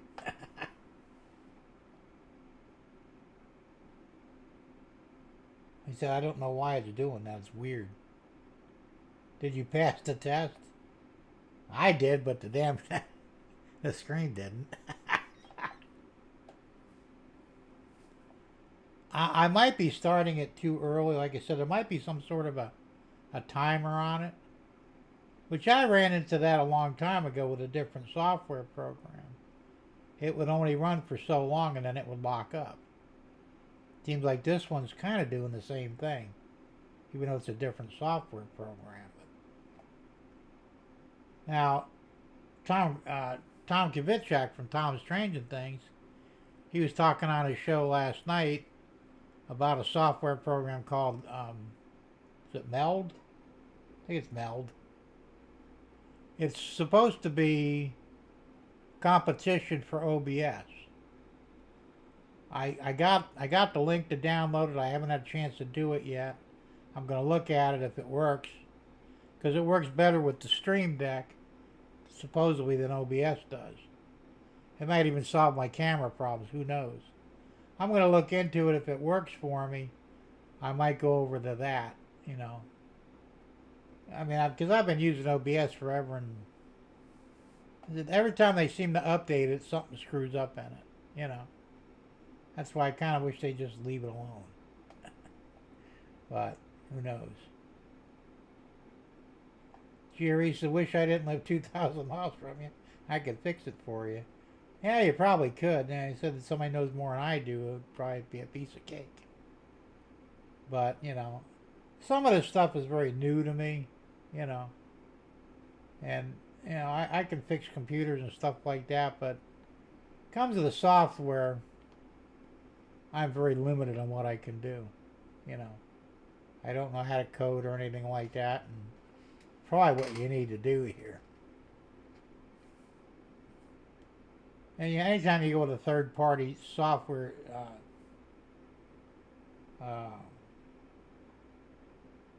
edition or whatever you want to call it, you're going to have problems with it here and there. You just do, you know. Unfortunately, OBS never incorporated the live overlays. They should have. And all these updates they've been doing, you think they'd, you know, say, "Oh, look, we're going to do this for you."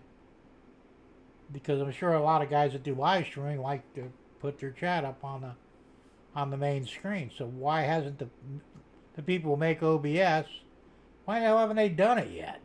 Maybe they don't know how either, right? The same thing now. There's a third-party extension that you can add on to OBS to bring in a guest. I looked at it and I'm going, it's so fucking complicated. I mean, I'd probably have it all screwed up before I ever got it working right, you know. I use something like StreamYard on the internet. It does all that. It does the overlays. You can bring in up to, 9 guests? Exactly, Tom. I said I looked at it. There's a third-party extension that's an add-on that you could do it with, but it's not easy. You know, it's not like you'd think it would be, but it isn't. Because I wouldn't mind. I said if I'm going to do a guest, I'll probably use. That's why I still have StreamYard, just in case, you know, because I could do guesting on that one, and you know, like I said, if something happens with OBS, and I just fire up StreamYard and we're good to go. But I'm going to look at this meld and see how it works. If it looks like something I can use, I'll probably go with it. I assume it's free, but even if it's not real expensive, I'd use it now. The one that Tom uses, Tom Kavicek, can't remember what it's called now, but it's expensive. It's like $250 minimum. You can get a yearly license. There's problems with StreamYard too. StreamYard is very limited. I use the Stream Deck, this here.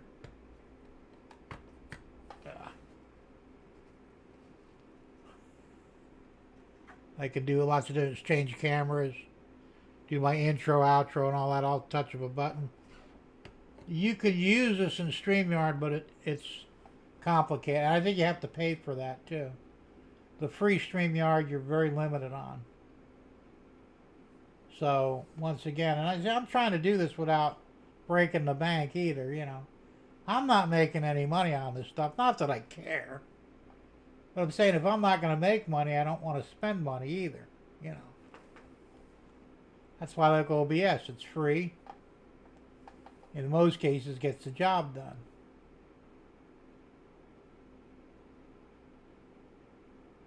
That's StreamYard. That's all right. We all got fat fingers that don't work well on a keyboard. I know what you were saying.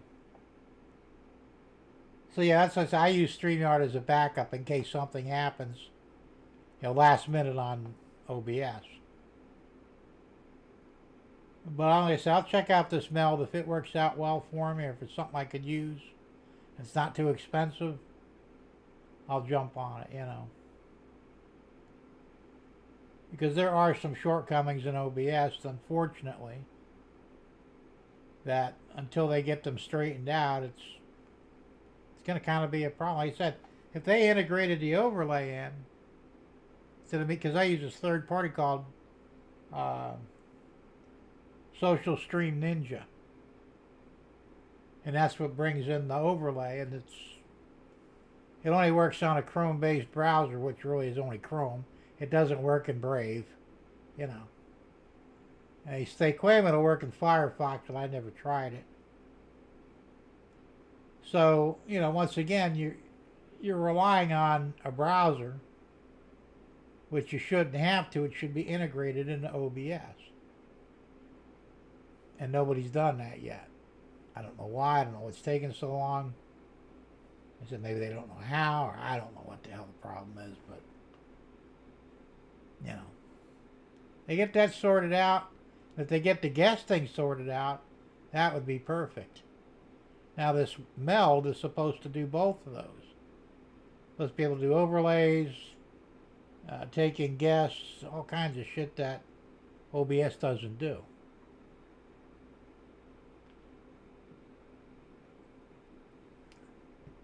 Well, I use the OBS for recording videos as well as streaming. But if I do a video, I'll do it on OBS. Then I'll take it over to my Camtasia, which is my editing software. Edit it there, and then upload it onto YouTube or wherever it's going. Used to use it for streaming over a decade ago and went straight to recording videos now. Well, yeah, like I said, I don't do much videos anymore. Jim, does the new one do recording videos? You mean OBS? Yes, it does. The meld, I think it does. I would imagine it does. I haven't really looked that deep into it. I just kind of glossed over some of the features.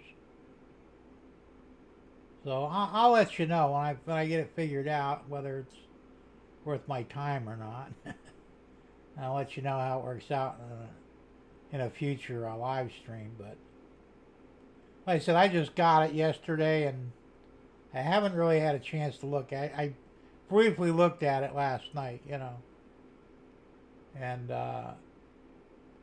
you know, Tom provided a link to download it, which I have on the other computer, so I'm probably going to download it there and play with it there. And if I like it, then I'll switch over to here and we'll go from there. And don't get me wrong, I like OBS. I mean, it does well for what I need it to do in most cases. Just like I said, these two things with the overlay and the guests, those are two factors that really need to be integrated into a newer version of OBS. But for some reason, the creators for it haven't, either they're not interested in doing it, or they don't know how, or they don't think there's enough maybe interest in it. I don't know. But, you know, like I said, a lot of guys use StreamYard to do live streaming. You get the free one, it does the job. I mean, you get the pay one too, and does even more, but once again, you know, a lot of us simply don't want to spend money where we don't have to. You know, my editing program, Camtasia, I bought that 4 years ago. I paid $250 for it, for a lifetime license, you know. And then I went ahead and got the maintenance agreement, which was $50 a year. The nice thing about that is every time they came up with a new version, I would automatically get it free of charge. So I canceled it this past year. It was bad timing for when you know, if I do these things, I just have to figure out the best time to bill me on this thing.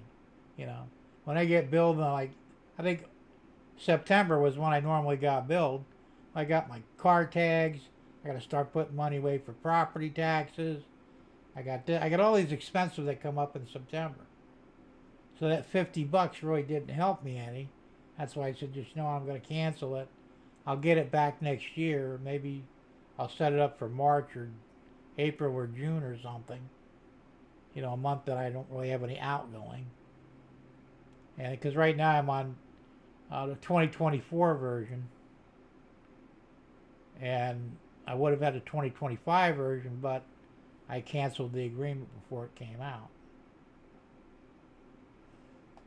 Joyce, send me an email when you look at it. I would like to switch to something that doesn't eat hard drive space. Okay, I'll send you the link for that.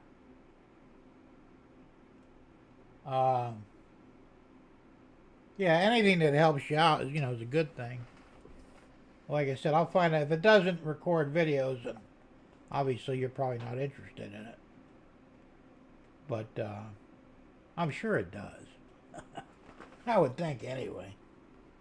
So I'll look into it. So it's almost 8 o'clock. I'm probably going to wrap this up at 8 o'clock. I don't know who's running at 8 tonight. I'm sure somebody is. James, you're usually up on that. Anybody doing a show tonight at 8?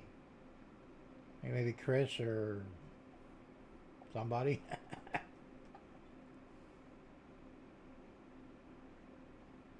So that's basically where I'm at.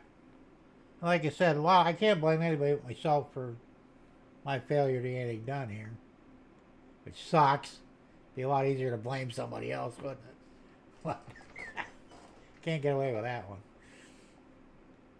So, like I said, if I quit screwing around and get things organized, I could get back in the groove of, I can only spend a couple hours a day in here, maybe. Or, maybe I could do every other day where I could spend 5 or 6 hours in here. Because, if I don't spend some time at home with the wife, she'll get pissed off at me. And I don't blame her, So, I'm trying to get her to come in here with me and maybe help me do something. Because of her eyes being messed up, the brightness in here is hard on her, on her sight. So, I gotta get her damn eyes fixed is what I gotta do. But yeah, then she could just spend time with me. We spend time together, and and I'd probably get twice as much done. So it is what it is, right? So let's see what else we got going here. I think I covered just about everything. I think.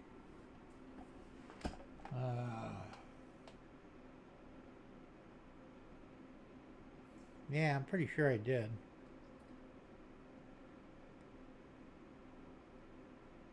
I haven't done any 3D printing lately. I got a whole bunch of stuff. Tom says, okay guys, thanks for watching my Subway video. Anybody see a problem on there? There is one problem I will fix tomorrow. Who can spot it? Actually, two problems, Tom. One of the stations, one of your figures is on the ground. He's laying there, look like he passed out next to a woman. I saw that one. That was almost missed it. The other thing is your lighting. Is there any way you could dim the overhead light in the tunnels in the subway? Just a little bit, because it's washing out everything. Not a big deal, but I think it would give you a better video if it wasn't so bright. Just something to think about. All right, Anthony. Well, thanks for popping in, man. Enjoy your dinner. And we'll see you later. And have a good weekend. Be safe and have fun with your trains, man. Good night, Anthony. So, that's the only two things I noticed, Tom. Minor issues, obviously, but Jim, I could change the brightness on those lights, I think. Oh, yeah, I figured you could, because that's just LED strip, right? Same thing I got here for mine. I would do that. I mean, just a suggestion on my part.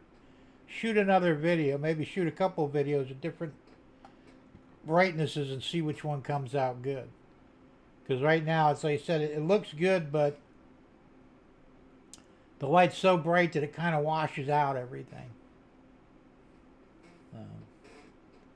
Some of the people got knocked over. I just saw the one. Then there was a woman standing there, and I guess it's a guy. All you can see is his legs, And I'm thinking, well, shit, somebody passed out on the platform there, It's pretty funny, actually. All right, Floyd, have a good one, man. Thanks for popping in, and be safe. Have a good weekend, and play with your trains, have some fun with them, and we'll see you next week. Good night to you. So, I'm going to knock off another 7 minutes. 8 o'clock, we're out of here. Jim, I think the woman forgot to call 911. Exactly. I'll tell you though, man, I watched that. I have to go to your channel because I get no notifications at all. And, you know, you're talking about, you know, did you see my latest video? And I'm going, fuck, I haven't seen anything. So I went to your channel and I saw that. And I said, I watched it. It was like, what, 9 minutes, something like that. And I'm thinking, damn, that is cool, you know. Putting your own voice for the conductor was actually a neat idea. One of these days we'll have to sit down. I can figure out what the hell you're doing in there. Because you obviously have some tech that I'm not aware of. Being able to do that. But I'll tell you what. I was really seriously impressed with it. Seriously. You know.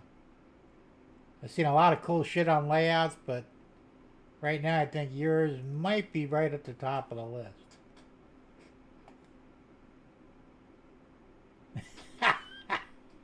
Yeah, Derek, that could be.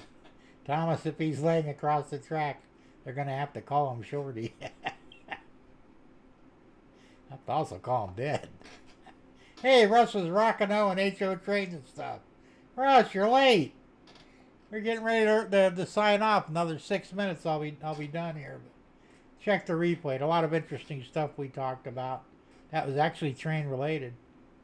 So check it out.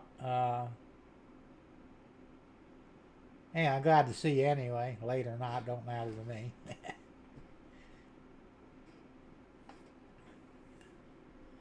Yeah, that's what I like to see. As I said, between you and Dave Thurber, you two, the both of you guys get a level of detail that amazes me.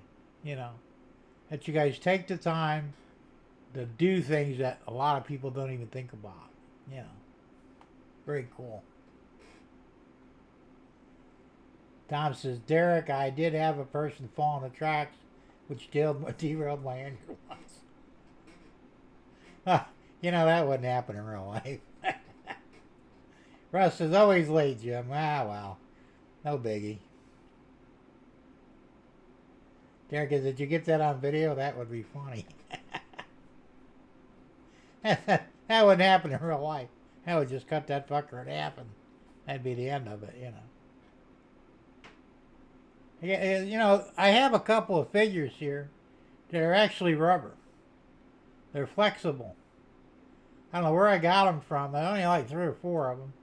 Most of them are hard plastic, but these few here were actually rubber. And I think if you ran it over with the train, it wouldn't derail the train. Because the person would just squish underneath the weight of the train and it would keep on going.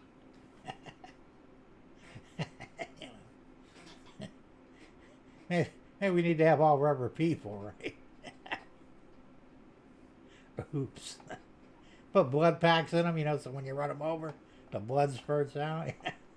That's pretty fucked up, isn't it? Russ says, I'm doing more demo on my old train cave this evening. Cool. Hope you're videotaping some of it so we can see it. Tom says, Jim, ever since I got my 3D printers, it helps me make the things that I would necessarily need to buy even if I had them. 3D, well, absolutely. It's a must in model railroad. Yeah, the 3D printer is a godsend. It really is. And the problem is there's a lot of things that you can make that you can't buy, you know. Like I said, I put out my overhead rail system here. You can't buy that. I haven't seen anything anyway. And even if you could, it would cost a fortune. Oh, excuse me. Or my train stations, you know, the platform stations. Those are all 3D printed, you know. I've 3D printed a lot of stuff in here that you simply can't buy. And I can print them at, you know, like I got the the cell tower. Now, I printed that for, it cost me probably 50 cents to print it. I could buy one. They have kits of them, but the kits are like, 30 bucks for something I could print for 50 cents. So, and there's no way, there's just no argument against 3D printing. There isn't. Oh yeah, I printed the braces for my upper level. Saved me a bunch of money, and I got them to where they look better. There wasn't anything out there that really would have been appropriate for what I needed.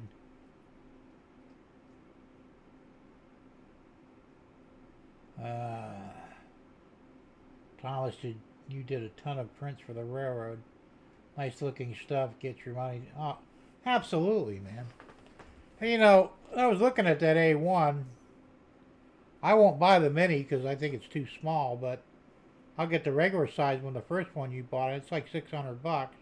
I'm not going to get the different colored spools for it. Single spool's fine for me, but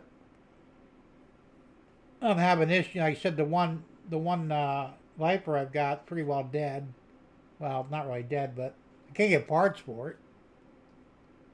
So I think I could rig it up right now to make it work, but the other one still works good. But if one of these take a shit permanently, it won't happen anytime soon, but the next printer I buy will be that A1. It's a lot of money, but it's a nice printer, and I figure why not, So we'll see. And we're almost at 8 o'clock. We got another minute, so I probably should run the outro. I have a new song on. Oh, I didn't even talk about that. Before I knock off, you guys that came here in the beginning, you'll notice it sort of have the Crazy Train, but not. Now, I found the Crazy Train where the guy goes all aboard and laughs. Ozzy does that. And they claim it was a royalty-free clip, so I put it in there. We'll see what YouTube says, and then I just added actual music that was allowed. I had very limited music. I spent like 4 hours sorting through YouTube's free music. Most of it's garbage. But the two I found weren't too bad. Actually, I just need the drive belt for the, was it the X drive, the bottom, the plate? My belt broke, and I take the belts, and I need the adjuster, the plastic piece in the front with the pulley in it. That's all fucked up. I don't know what happened. It just like detonated on me. So I need those two pieces. If you want to sell them to me, let me know. I'll buy them off you. So anyway, I changed. They hit me up on both songs, the opening and the closing. I didn't get strikes, but I wouldn't be able to get monetized at all as long as I still had them. And it was like limited viewing for some. I don't know what the hell that meant, but so I changed the end song too. It's not bad. We'll see. See, to me, 3D printing is almost a separate hobby. Too bad we did not have a 32-hour day. I know, I hear you, Russ. And it actually is a separate hobby. The only good news is once you get the design done, load it up on the SD card or USB drive, whichever you're using, you can start it and forget about it until it's finished. So it's not like you got to sit there and watch the cake, the dough rise for the bread in the oven. But the preliminary is time consuming. Sometimes if you're designing something, that could take a few hours or even longer. We'll see. Alright, well, Raymond says if we can all just be a little kinder to each other than we are now, then all of us together can make the world a much better, happier place. I wish that were true, Raymond, but unfortunately it's not, because the powers that be are evil, and they don't want us to be happy or to get along. And they're deliberately driving a wedge between everyone. The races, the religious beliefs. We didn't have these problems 50 years ago. but it's all being engineered to do it. It's a problem. And Russ is right too. Democrats are dumbasses. If we could just get rid of the Democrats and the Illuminati, the bankers, the New World Order people, CIA, you get rid of all of them, the world probably would be a better place. But I don't see that happening, unfortunately. But it's a nice sentiment anyway. So listen, thanks for being here with me, you guys, and everybody enjoy their weekend coming up. Be safe. Play with your trains when you can. And we'll see you next week. Here we go.